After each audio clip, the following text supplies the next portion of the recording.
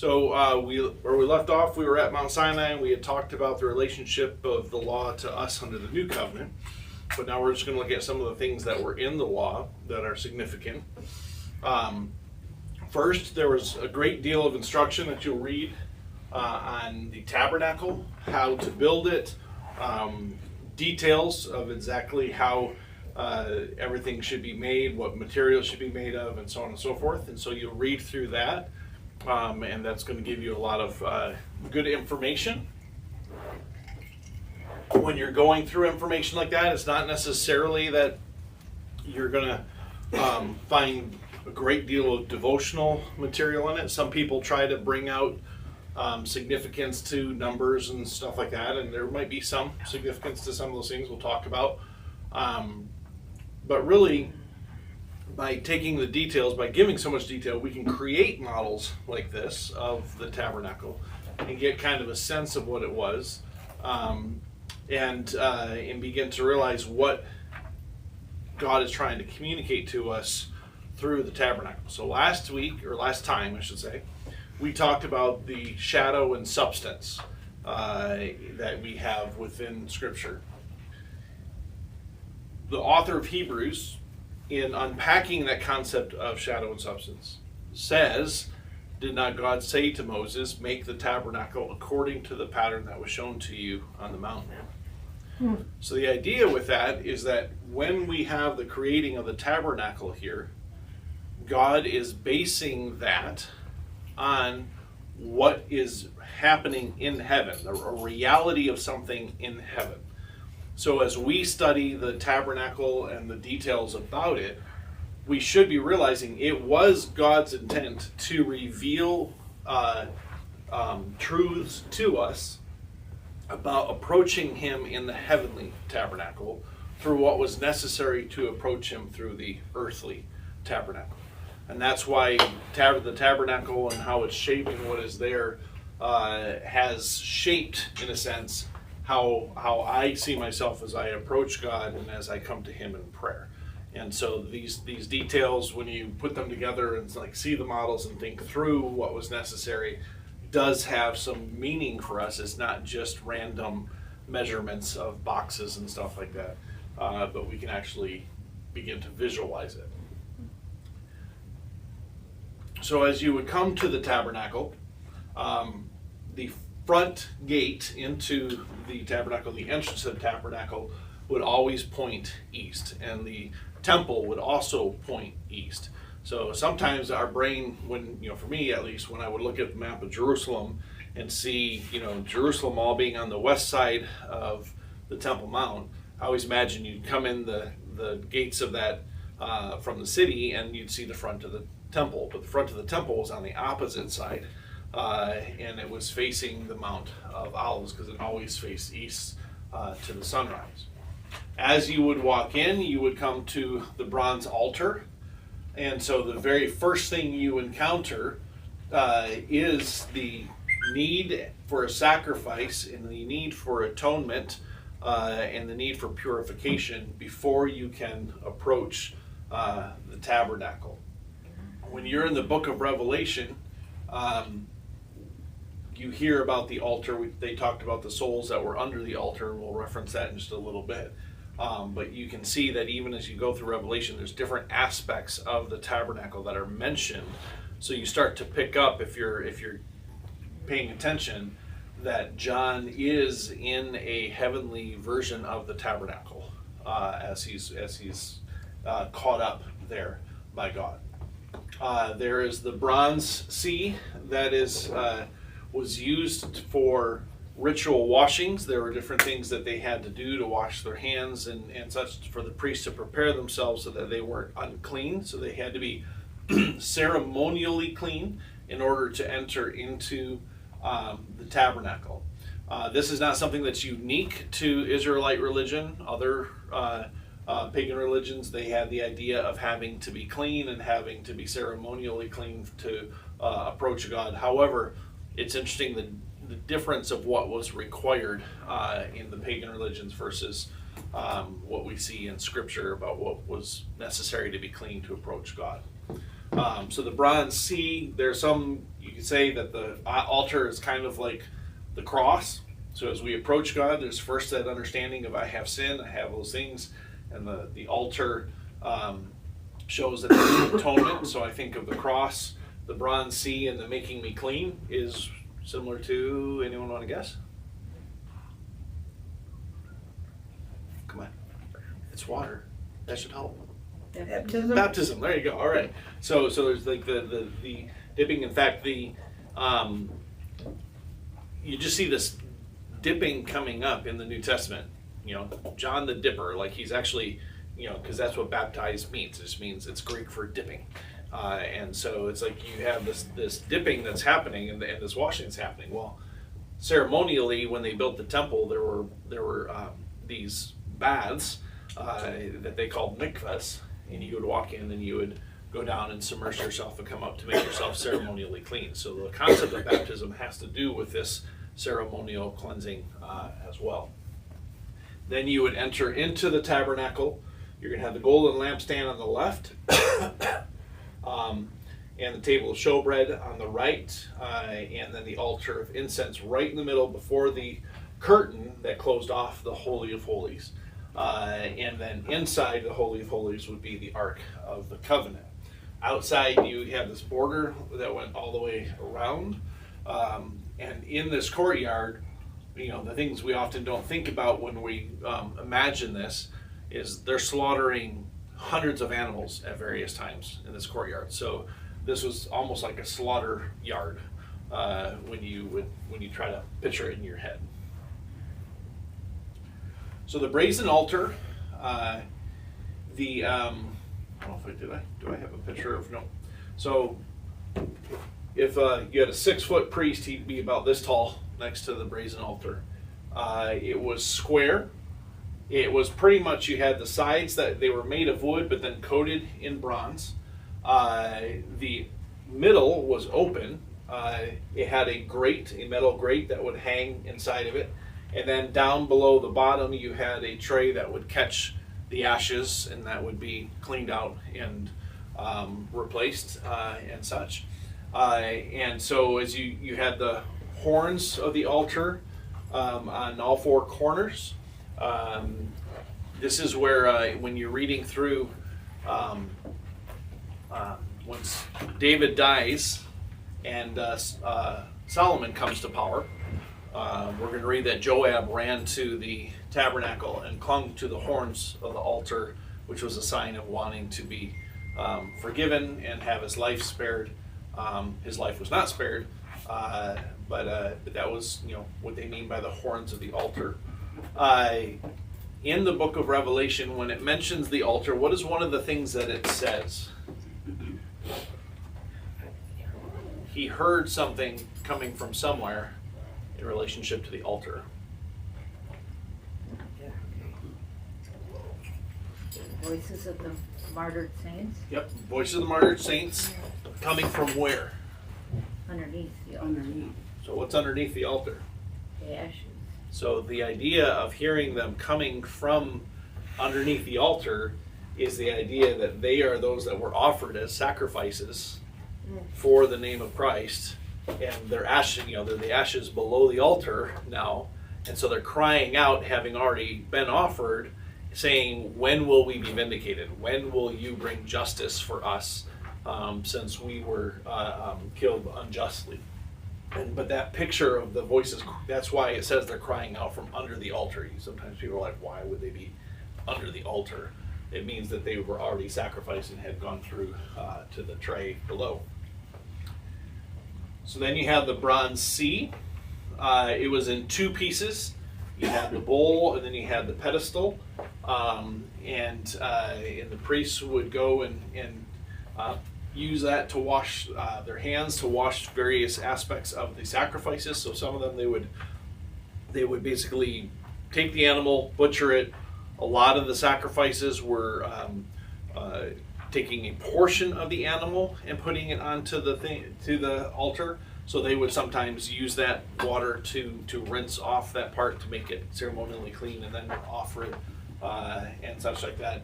When we get to the temple with Solomon, you're going to see that this bronze sea is actually a massive basin that's on 12 oxen that they would actually most likely have brought carts to fill with water and take wherever they needed to in the temple to do that. There seems to be the case that by the time we get to Herod, there's actually a flow of water into it from an aqueduct that kept it always full. So here, the people, how did they keep it full? What did they do? Well, remember the Gibeonites, the people that came and said, we came from really far away, and da da da. So they were servants in the house of the Lord, and they called wood gatherers, but they would have been the ones who were constantly getting the wood to keep the fire going on the altar all the time, because the fire was on the altar all the time, and they would have been the ones gathering the water and keeping all of that stuff going. So that's who did that for many years. So once you enter the tabernacle, so you come in, and on the right-hand side is the table of showbread. Now this table of showbread, just with these graphics that I did up, with the table of showbread, the altar of incense and such, I took the measurements that were there, and these are to the actual dimensions. So in other words, height to width is accurate with this. Now, somebody in your thing, read to me the height of what this was. 27 inches. So, 27 inches. Anyone have an idea how high that is? Yeah, from the table, it's that. Yeah, from the table. But it's basically only this tall. It's not very tall. So this is not a real big table, okay? And you would have had, and maybe that's an indication of how short the Israelites were back then.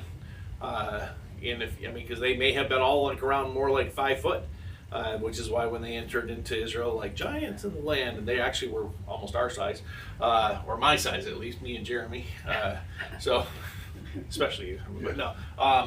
So they on this table, you had a plate of sorts that held 12 loaves of bread, unleavened bread, and then you had a incense place where they would put the incense on, burn the incense next to the bread, and then you had a jug of wine with glasses and cups that were there, and this food would be in the presence of the Lord for the day, and then they would take it and the priests would consume it later on, and then they would put new bread out, and then they would take the old bread off and consume it and stuff like that. But they didn't always eat it right away.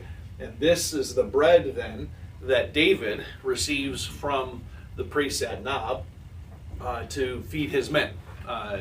And Jesus uses that, when he talks about the Sabbath and not being so legalistic just to the rules, because he's like, this was the matter of life or death for David, and so it was appropriate to give him that bread. Only the sons of Aaron, though, were technically allowed to consume the food that had been on this table. And why would God have a table like this in his presence in the tabernacle? What do you guys think? Is it for people who need it? Well, it's symbolizing something. So remember, you're coming into the tabernacle, and this is symbolizing something that God is doing it for us in a heavenly way. It's something we have with him in our relationship with him in heaven. Communion. Communion. So there's the idea of the bread and the wine and pointing to communion. There's a couple of times that's interesting. If you remember back, Melchizedek had given the bread and the wine. And there's this idea of this being a combination of God providing for us and fellowshipping with us. Food is always kind of that symbol of fellowship and breaking bread together. That's why churches call their mess halls fellowship halls. So you have this concept of God eating with us, being family, and just that picture of what we have with him And then we have on the other side, across from the table of showbread, would have been the golden lampstand. Now, sometimes you'll see this portrayed as just, like lamps or like one solid piece, but you have this as one solid piece, the lower part, but then you had separate lamps that sat on top of each one. So they would take the lamp off, trim it, and fill it with oil, and then put it back up. And so these little lamp elements were separate. The lower part, we don't know exactly how it is, but this is to the description what they say. With the you have the six, 3 branches on each side plus the central one, and then on each branch were this number of blossoms.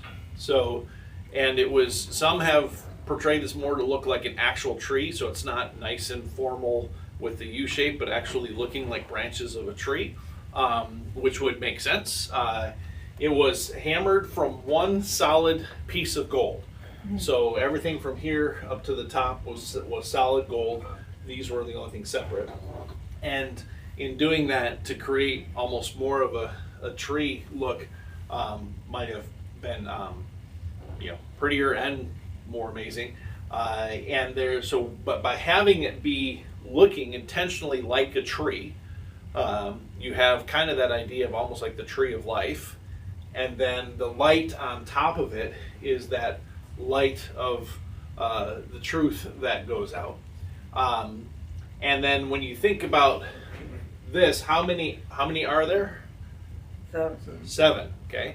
And so how many churches did John write to in Revelation? 7. And each one was a lamp. And so that's also part of the tabernacle picture that John is picking up in the book of Revelation.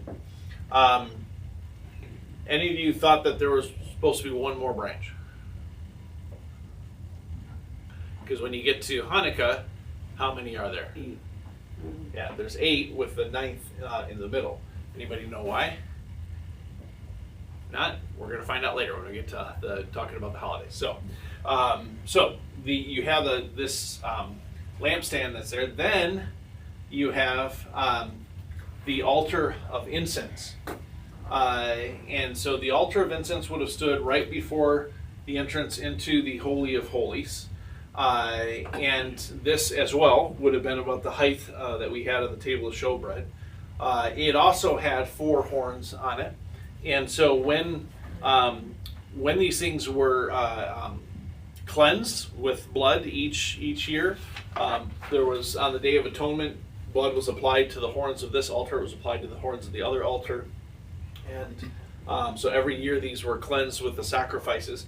And this is why in Hebrews it says that, just as the first tabernacle was cleansed with the blood of sacrifices, so now the heavenly tabernacle, in a sense, is cleansed with the blood of Christ, which is once and for all and done.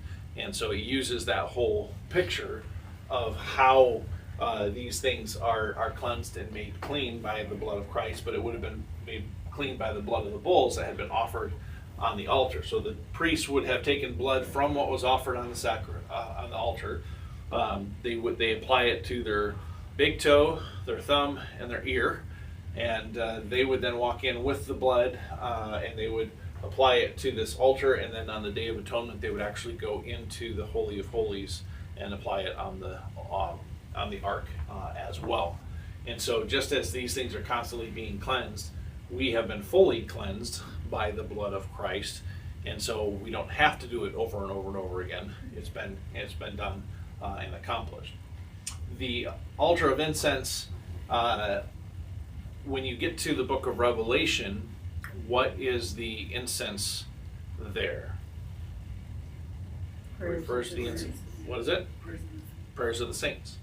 And we're going to be getting to a passage, not this Sunday, but next Sunday, on we are the sweet-smelling aroma of Christ to God. Okay, that phrase, sweet-smelling aroma, is directly from the passages of the tabernacle. Every time it talks about the sacrifices on the altar, when it talks about the incense on the incense altar, the incense that was on the table of showbread, all of that stuff is saying to be a sweet smelling aroma. It's the exact same words in the Greek version of the Old Testament as what we have in Corinthians. And so there is this idea of us in our lives, in our prayers, and our relating to God, we are that sweet smelling aroma, and that God enjoys that. So there's this concept of the altar of incense being right there in front of him, that he really enjoys that sense of smelling that beauty, and we then become the picture, or that's a picture of us and what we are before God. And so that's why it's a very significant part of the tabernacle. Now, what we've covered here, what is stated in Hebrews that's so interesting, is he says this section refers to this age. And you're like, okay, unpack that. He's like, no, moving on. And he doesn't tell us anything. And I'm like, ugh. I mean, when I do find out who the author of Hebrews is, I want to have a word with them. There is a sense of where this is talking about the fellowship that we have, the things being cleansed, and so on and so forth. So there's a sense of we're close to that ultimate relationship with God in the Holy of Holies. But here we enjoy the fellowship, we're seeing the truth, and we're living as that sweet-smelling aroma, having been cleansed by the blood of Christ and baptized into that. But then the next age is what the Holy of Holies would be representing. And so when we get to the Holy of Holies, inside the Holy of Holies was the Ark of the Covenant. Before I get to that, what were the dimensions of the Holy of Holies? Anybody know? I don't know if I say it there or not. 45 inches long, 27 inches wide. That's the Ark. What was the room, the Holy of Holies? Oh, the room? There was a cube. That's the key thing. Yeah. So it was I believe 15 cubits by 15 cubits by 15 cubits, when you get to Revelation, the New Jerusalem coming down out of heaven is 12 stadia by 12 stadia by 12 stadia, which is about 1,500 miles, by the way. So if you took the dimension of the New Jerusalem and went corner to corner, it would be basically Maine to Florida. That's how big that is. So when they're giving the dimensions, you're supposed to go, that's huge, okay? And then the thing is, though, the dimensions, the fact that it's that tall and that wide, is pointing to the Holy of Holies. Because the Holy of Holies is that final age, that final time where we are right in the very presence of God. He is dwelling right there with us. And that's why when you get to the city, it says there is no temple because God is there. Excuse me, Dwayne, what Yeah. did you say went all the way from Maine to Florida? If you take the measurements from the New Jerusalem that's coming down out of heaven in Revelation, the width of that would be from Maine to Florida. And the height of it would be the same. Which is why when people are saying, well, I think it's a literal city that's coming down, like if that thing actually touched on the earth and sat on the earth would lose its orbit if we still have the same science, physics of today. Because that's about the size of the moon, to give you an idea. So now the Ark of the Covenant, there's actually two pieces to it. The first thing is the actual box, that was made out of acacia wood and gold. And then you had what is referred to as the mercy seat, which is the cover of the box, which was hammered out of one solid piece of gold, like the lampstand was. I portrayed these with 6 wings. They probably had just 2 wings. The cherub are facing each other. We don't know what kind of faces they had, but their wings are stretching out in between. and basically Moses is told that you're going to build this, and I will speak to you from between the 2 cherubim. So when Moses would go into the tabernacle, which is going to be called the tent of meeting, there may be some debate on if they're the same thing, but it seems that they are. that he would go in and meet with God, and he would go into the Holy of Holies, and the voice of God would come from between these two cherubim as he would speak to him. When they eventually do the Day of Atonement, they will go in and they will put the blood of the sacrifices on the top of the Ark of the Covenant. And the symbol of that is you have the 10 Commandments that were put into the box, and as God looks down, judging from here, he looks down and sees the blood over the 10 Commandments. So the blood is over the law, and there's that idea of remembering that we are atoned for. I also think it's significant that the place that God sits to judge is referred to as not the judgment seat. It's referred to as the mercy seat. And so I think that is something we should take into account when we think about how he judges and what he does. Now, what else was in the Ark of the Covenant? You guys remember? Aaron's rod that sprouted. Yep, Aaron's rod that sprouted, and 10 Commandments? what's that? 10 Commandments? The 10 Commandments and Manna. a jar of manna. Okay, so those are the three things that were in it. Now, we do have later on, I think it's recorded in, might be around the time of David or sometime in the Old Testament, but also I think Josephus records it. They open it up, and all that's left in there is the 10 Commandments. They didn't have the jar of manna anymore. They didn't have the rod that had budded. So we don't know exactly what happened to those, but eventually those are not in there. I have a question. Mm-hmm. How could the manna be preserved? Well, manna already was miraculous. Right. So But I thought it was to be replenished every day. Like it was replenished every day, but just like with the Sabbath day, when you if you collect on Thursday and saved it to Friday, what you collected on Thursday would be bad. Right. But if you collected on Friday and saved it to Saturday, it was not, Okay. because it was the Sabbath day. You weren't supposed to go collect Got it. it, So okay. God very well controlled whether it went good or bad. Okay.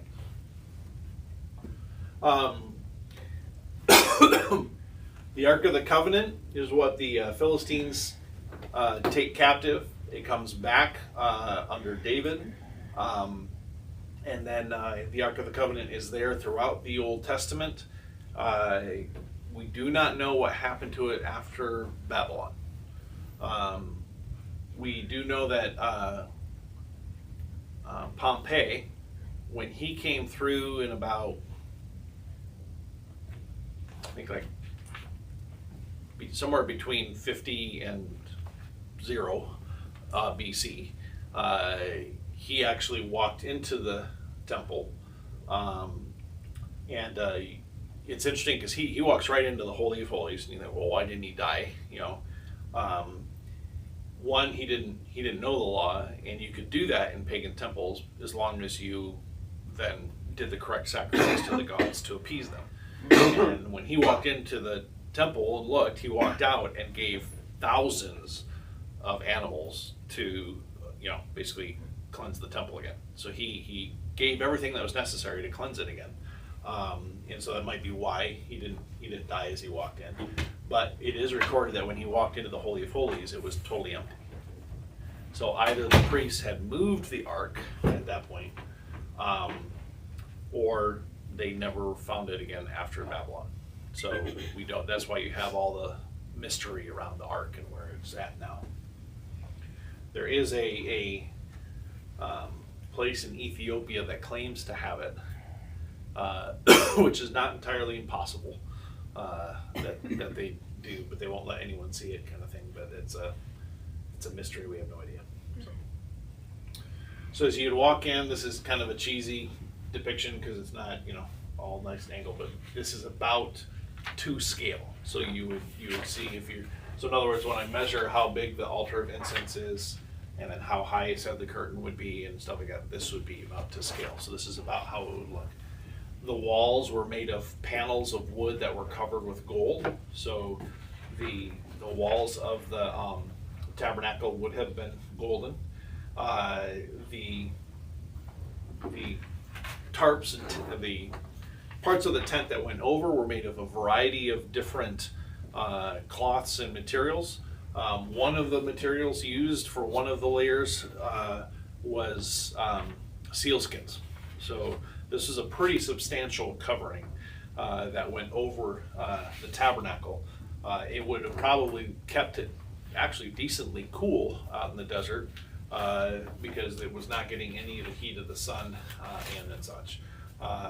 The curtain was these colors. It was a combination of purple, blue, red, and gold. It had gold thread in it, and in that they had cherubim woven into it. So this is just one possible depiction of how it was, but it would have been a pattern on the curtain that had the cherubim, and the cherubim were carved into the panels on the wall, and then you kind of have this as you walked in. Okay. Any question on tabernacle before I get to the high priest? I do, but not Yes. about the tabernacle. I just want to know what program you used for your graphics. I actually just use PowerPoint. I I did that all in PowerPoint. Yeah. So it's You can pull wings Yep. into audio. Okay. yeah, it's just drawing it. I can Freehand. have PowerPoint, but I couldn't have. Yeah. I can't say I'm an expert on many things, but PowerPoint I am, because I when I was back in the Army, they taught me, and I've been using it every week for 30 years. Me too. So yeah, it's amazing what you can actually do. I had A lot one of people question. don't. Yeah. What was the significance of the unleavened bread? Was that to show the haste or the haste in which they left Egypt? Yes, and when I said unleavened bread, I actually would have to go and double check that the bread in the tabernacle was unleavened, but I believe it was. But yeah, the unleavened did have a lot to do with the haste that they left Israel. It does sometimes refer to kind of the concept of sin, but not Yeah. always. So Right. Okay. All right, so with the high priest, every priest had an outfit that they would wear that's basically a white robe and such, and they had to wear that when they would go into the tabernacle. So they would wear what they were wearing to the tabernacle, take off those clothes, go through the mikvah, wash themselves, put on their priestly clothes, and then go in. So there was a definite priestly uniform. The high priest, while this undergarment part may have been similar to the rest of the priests, the rest of this was unique to the high priest. And so the the bells that were there, so as the priest would walk around, he would jingle. And we've actually found one of these bells on the Temple Mount. It was in one of the sewers that was there. So one that fell off, we found it. These high priestly garments eventually were only put on once a year, the Day of Atonement. When you get to the intertestamental period, we're going to see that who had control of these garments was significant. So when the Greeks were over Judah, these garments were stored in a Greek fortress, and the Jews could only get them once a year, and that was the way they controlled the Jews. Romans also, and so you would find you had a greater level of freedom if they gave the priestly garments over to them and let the Jews control it. And so it was that factors into the story then. So what are the different parts on this? Here I talked about the blood on the toe. Right toe, right hand, and the right ear. So that's what they would have to put on themselves to be cleansed as they walked in, and everything had to be cleansed with blood as I went through on the Day of Atonement. The linen ephod, I don't know how accurate the type of fabric and the weave would be, but it was structured like this, where you had kind of a thing that held it from the shoulders and wrapped around the waist, and it was tied to that, and then this was basically a pocket. You had the first piece that had the 12 stones on it. Behind this was a pocket. Anyone know what was in the pocket? You went in the Thummim? Urim and Thummim, yep. So Urim and Thummim were somehow two stones And they had to have been pretty identical in size and shape so that you couldn't tell from the feel which was which. We don't know if there were two different colors or if they were engraved with something, but basically, when you inquired of the priest, should I do this? He would reach in, yes. And then, should I do that? Reach in, no. So depending on which stone he pulled out, it was a yes or a no. Now, it doesn't always tell you when that's happening, other than it'll say, like, David went to Abiathar the priest and inquired of the Lord, should I go and attack Ziklag? And the answer was yes. So when he's inquiring of the Lord from the priest, that's what the priest is doing. He's reaching into that ephod and pulling it out and have those decisions. That's one of the reasons why when Gideon goes through his battle and everything else like that, and then once he's done, he refuses to be king. He won't receive kingship, but he makes for himself an ephod to be doing this. So it's not just an ephod to be like, oh, look, I'm cool, I'm like the high priest. It's to say, you can come to me to inquire of the Lord, and I'll tell you. And that ends up being a serious problem. But that's what this linen ephod was. Now on the shoulders, where the chains would connect that held this, you had two stones, one on each shoulder, and they have the names of the tribes of Israel on them. So this is Simeon, Judah, and Zebulun, Gad, is that Gad or Dan? Dan. So it's Dan, Asher, that, and then Benjamin, and then on this side you had Reuben, Levi, Issachar, Naphtali, Gad, and Joseph. So the 12 tribes, each on the shoulders with this black stone as they would walk in. Any idea what that might mean? What that might represent?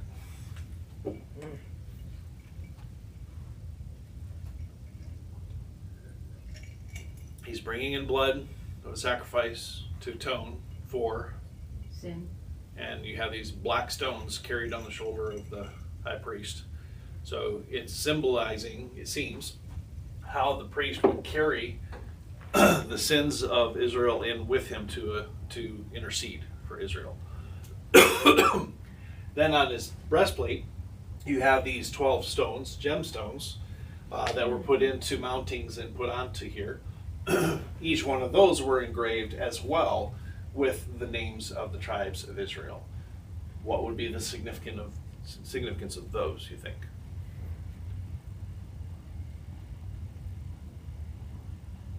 Close to the heart. Mm-hmm. Yeah.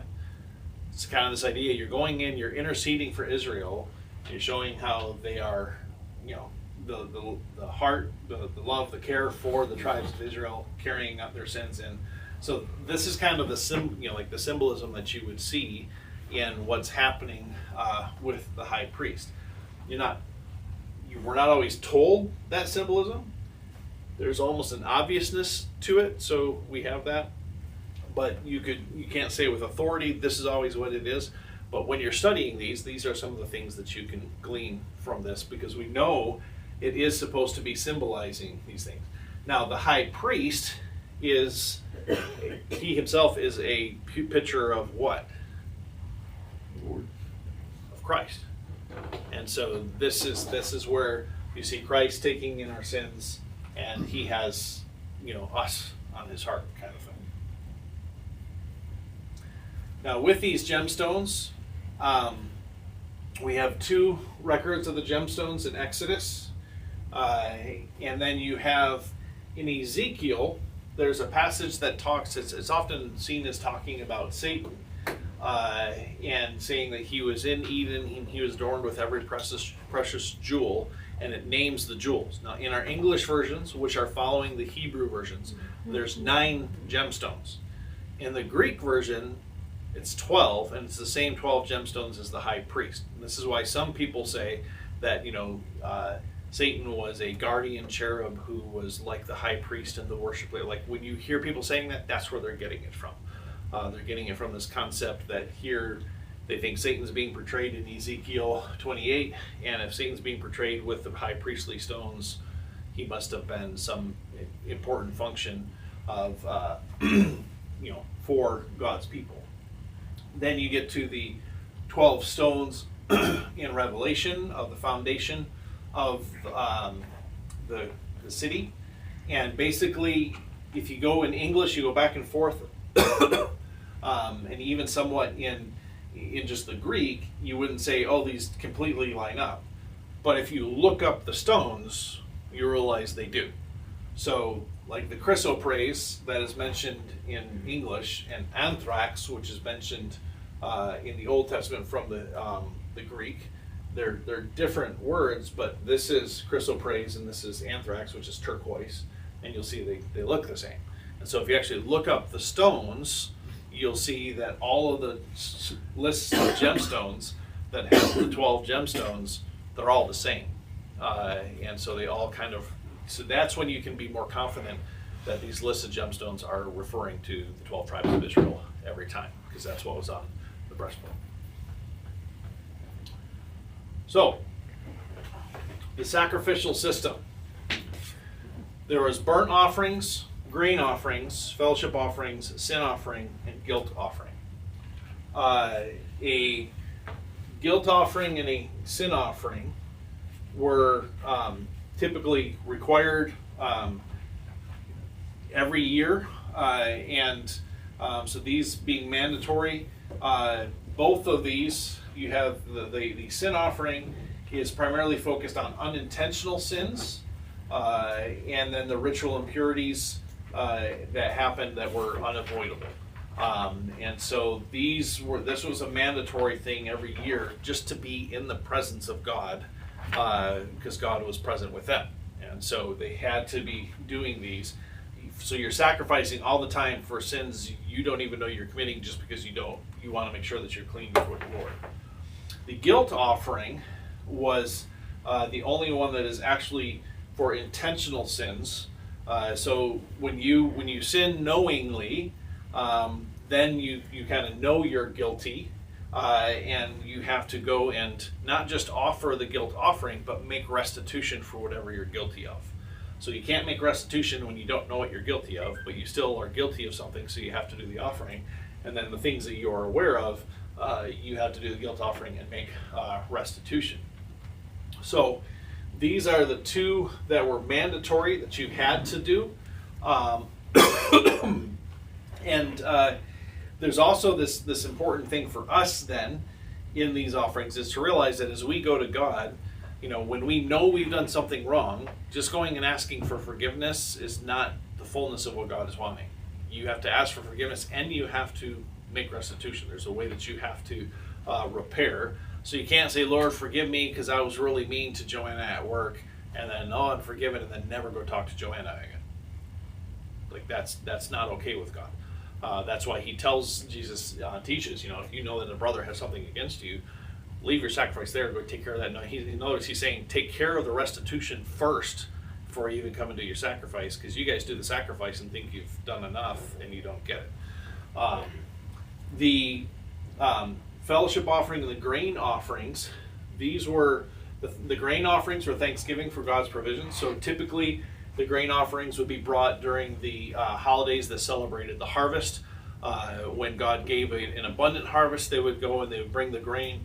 And the grain offerings were just thanking God for all that He gave to us. The fellowship offerings could be a variety of things. So you could any clean animal without blemish, or a grain offering. And with a grain offering, like when it talks about you sowed, you tithe the mint and the cumin and even just the spices, like all of that would have been with a grain offering. So they would bring spices, they'd bring salt, they'd bring all of those different things. And part of that was important because otherwise their priests would have really bland food, because the priests received all of their things from the people and their offerings. So a fellowship offering would be one that fell into different categories. You could have a thank offering from this. So the grain offering was for thanksgiving for God's provision. The thank offering could be for anything. So like when Jonah is like sinking down into the water, and he's like, I will once again offer, to you. When he got back to land, he went to Jerusalem, and the poem you read in Jonah 2 was probably a song he wrote, and went to the temple, read that, and then presented his thanks offering for having been saved. And that would have been what he did in the temple as a response to what he had happened to him. A vow offering, and that actually what Jonah did could be a vow offering too. But if somebody makes this vow, when Jephthah is we're going to see in Judges, he's going to say, if I win this battle, the very first thing that comes out to me from my house, I will offer to you, which ended up being his daughter. Not a smart thing to promise. But that's a vow offering. So he makes a vow, and this is like the people that would be in battle and be like, Lord, if you get me out of this, then that's a vow. And if you say that, he holds you to it, and you would come and offer, if you did a vow and you fulfill that vow, you would come with that vow offering, saying, I fulfilled it, and then you're absolved of that vow. And then free will offering was, I just love God so much, I just want to bring this, and I'm enjoying him, and I just want to show how much I love him. And that's the free will offering. So all those would be in this fellowship offering category. The burnt offering was a lot of things. So it's voluntary. It's always a male animal. But the burnt offering, you could be for propitiation for sins. So like you have the sin offering and the guilt offering, but these were mandatory. You had to do it every year. But then there were times where you would have committed to sin, like when David does his sin with Bathsheba, he actually realizes that's even beyond a burnt offering. So he goes, burnt offerings and these offerings you do not desire, but a broken and contrite heart. He realizes, I don't even have this left. But if you had a serious sin, you could bring a burnt offering. It would function as a guilt offering, but the idea of it being a burnt offering was what was required, and that you would bring it and you would just offer it to him. But a burnt offering could also be a devotional or commitment to God. So you offer a burnt offering when Elisha commits to follow God, and he takes the 2 oxen that he has and he offers them as a burnt offering. Like that was because he was committing to God his life and everything, and offered those those oxen as burnt offering. And so the thing about a burnt offering is you put the whole thing on the altar. So sin offering, guilt offering, they would bring those, and the portion of the animal would be offered on the altar, and then the rest would be given to the priest for food. If you came with a burnt offering, everything went on the altar. None of it was for you. None of it was kept to feast. So when we get to the place where Saul is told to go take out the Amalekites and offer everything as a burnt offering, and he ends up saving the animals. He's still planning on sacrificing them, but he's planning on sacrificing them and eating from it with his men. So that's not a burnt offering. Burnt offering says this is all the Lord's. The other offerings allowed you to eat from it, and so that's why that's a significant issue. Now, when you go through, you'll notice for a burnt offering, it always had to be male, and then with the grain offering and fellowship offerings, you'll notice the grain offering, you'd have unleavened and prepared with olive oil and salts. They brought those things as well. These 2 here, well, grain offering you're not going to have this, but with the fellowship offering, you could have an animal that had an abnormal limb. You could have an animal that was blind. You could have an animal that had some flaw to it. And so this was that was okay, but you could not bring an animal that had an injury, disease, rash, or infection. So in other words, if it was born blind, born with a bad leg or something like that, that was okay. But if it had become sick or damaged, that was not okay. And then here you'll see a lot of the animals. These animals had to be male animals, although I think one of them allowed for female animals. But that's, yeah. Any questions about sacrifices before I move on? I have a question about the high priest. Yes. So with that Urim and Thummim in their pocket, could they only inquire of the Lord on 1 day a year? Day of Atonement? No, they could do that at other times. The whole uniform they would only wear on the Day of Atonement typically. Although what I say is that became something later when they really stopped using the Urim and Thummim. So during the time of like judges and stuff like that, you probably saw more of the use of the Urim and Thummim up through Samuel, like David. After that, you don't really see that happening much. What's interesting is that aspect is still going, but by David already, the Passover is hardly being celebrated, and so, but they still are doing the Urim and the Thummim to some extent with David, but then that fades after that because honestly they just don't seek the counsel of the Lord.